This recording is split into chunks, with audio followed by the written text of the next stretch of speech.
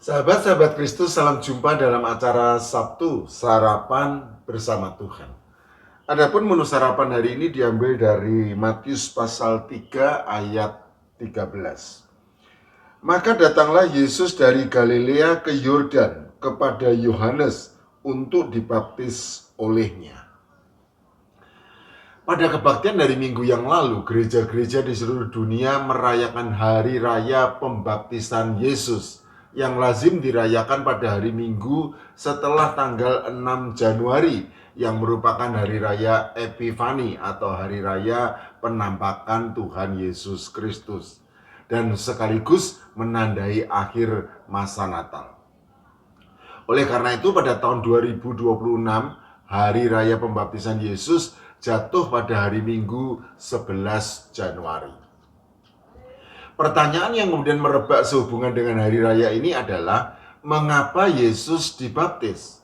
Pertanyaan ini sejatinya secara tersirat juga diajukan oleh Yohanes Pembaptis ketika Yesus datang kepadanya untuk dibaptis olehnya. Matius dalam Injilnya menulis sebagai berikut. Tetapi Yohanes mencegah dia, katanya, "Akulah yang perlu dibaptis olehmu, dan engkau yang datang kepadaku." Matius pasal 3 ayat 14. Perlu dipahami bahwa baptisan yang dilakukan oleh Yohanes Pembaptis sejatinya merupakan tanda pertobatan. Hal ini dengan jelas dinyatakan sendiri oleh Yohanes Pembaptis sebagai berikut.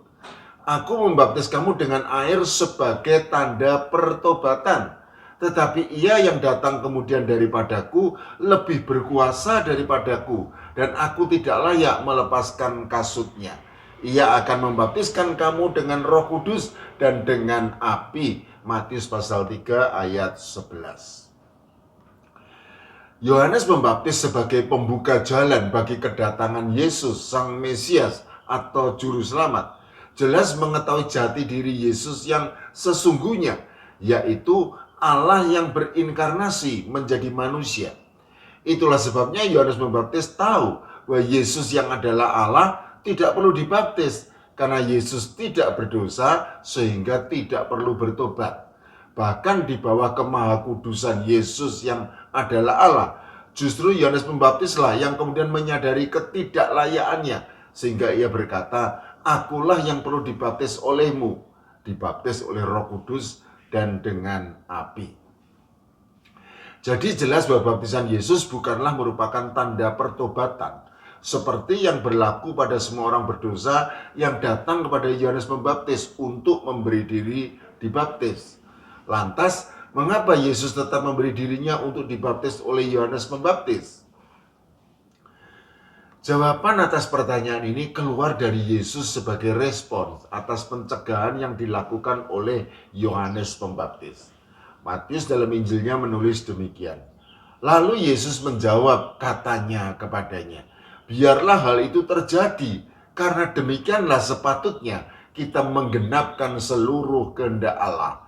Dan Yohanes pun menurutinya. Matius pasal 3 ayat 15. Sahabat-sahabat Kristus, kehendak Allah adalah supaya Yesus berkenan menyerahkan dirinya sebagai korban penghapus dosa dunia. Yohanes pasal 3 ayat 16. Jadi jelaslah bahwa baptisan Yesus ada dalam rencana Allah tentang keselamatan umat manusia, yaitu sebagai penabisan dimulainya karya keselamatan melalui Yesus. Sejak masa kecilnya sampai saat ketika umurnya mencapai 30 tahun, Yesus tinggal di Galilea tanpa ada sesuatu yang menonjol sehingga dunia tidak mengenalnya. Namun sekarang di lembah Sungai Yordan, kegenapan waktunya telah tiba untuk memulai pelayanannya sebagai Mesias atau Juru Selamat yang telah dinubuatkan oleh para nabi Perjanjian Lama. Ia melakukannya di lembah Sungai Yordan yang terletak di bawah permukaan laut di titik terendah di bumi. Tetapi justru dari titik terendah inilah karya tertinggi dalam sejarah keselamatan umat manusia dimulai.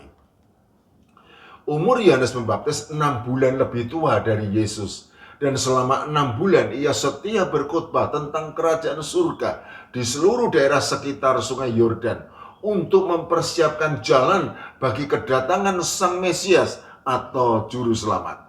Jadi tidak salah apabila lembah sungai Yordan menjadi pilihan Yesus untuk memulai pelayanannya.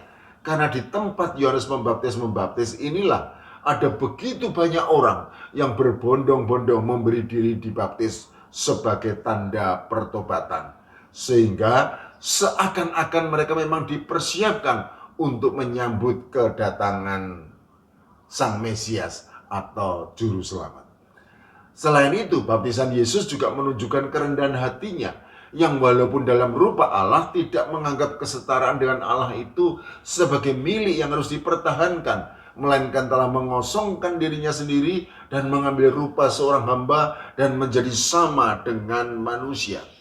Jadi, Yesus adalah manusia sama dengan kita. Hanya bedanya, Yesus itu tidak berdosa dan juga tidak berbuat dosa. Itulah sebabnya Allah Bapa berkenan kepadanya. Perkenanan dari Allah Bapa itu juga ditulis oleh Matius dalam Injilnya sebagai berikut. Sesudah dibaptis, Yesus segera keluar dari air. Dan pada waktu itu juga langit terbuka. Dan ia melihat roh Allah seperti burung merpati turun ke atasnya.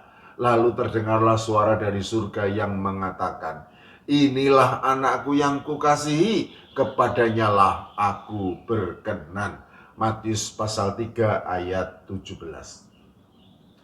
Sahabat-sahabat Kristus, dalam peristiwa pembaptisan Yesus inilah tiga pribadi Allah Tritunggal menyatakan diri secara lengkap. Dan itulah sebabnya formulasi baptisan yang melibatkan kehadiran Allah Tritunggal seperti yang diajarkan oleh Yesus tetap digunakan oleh gereja-gereja di seluruh dunia sampai sekarang. Karena itu pergilah, jadikanlah seluruh bangsa muridku, dan baptislah mereka dalam nama Bapa dan Anak dan Roh Kudus. Matius pasal 28 ayat 19. Amin.